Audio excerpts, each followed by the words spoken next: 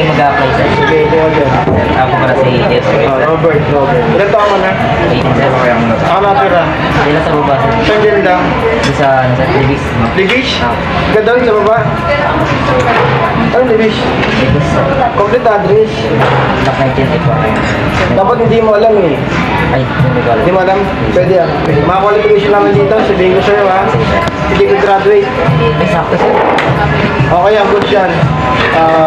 1+1. 3. Very good ha. Ganyan yung mga qualification namin dito.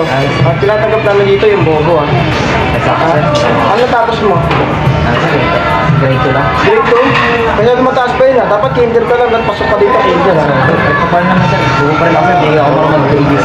Ay yung mga qualification namin dito. No? Naliligo ka ba? Ano mo?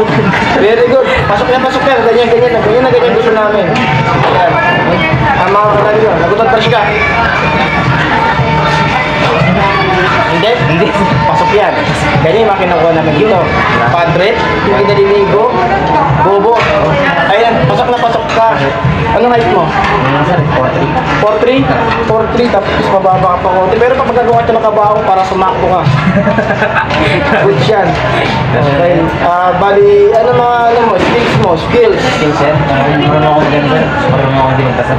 Ayun, isa pa yun, sige. Ano mo alam mo sa pagluluto? Ano mo alam mo sa Kaya ko mag sir. Kaya ko magsulong ng hotdog tsaka ito.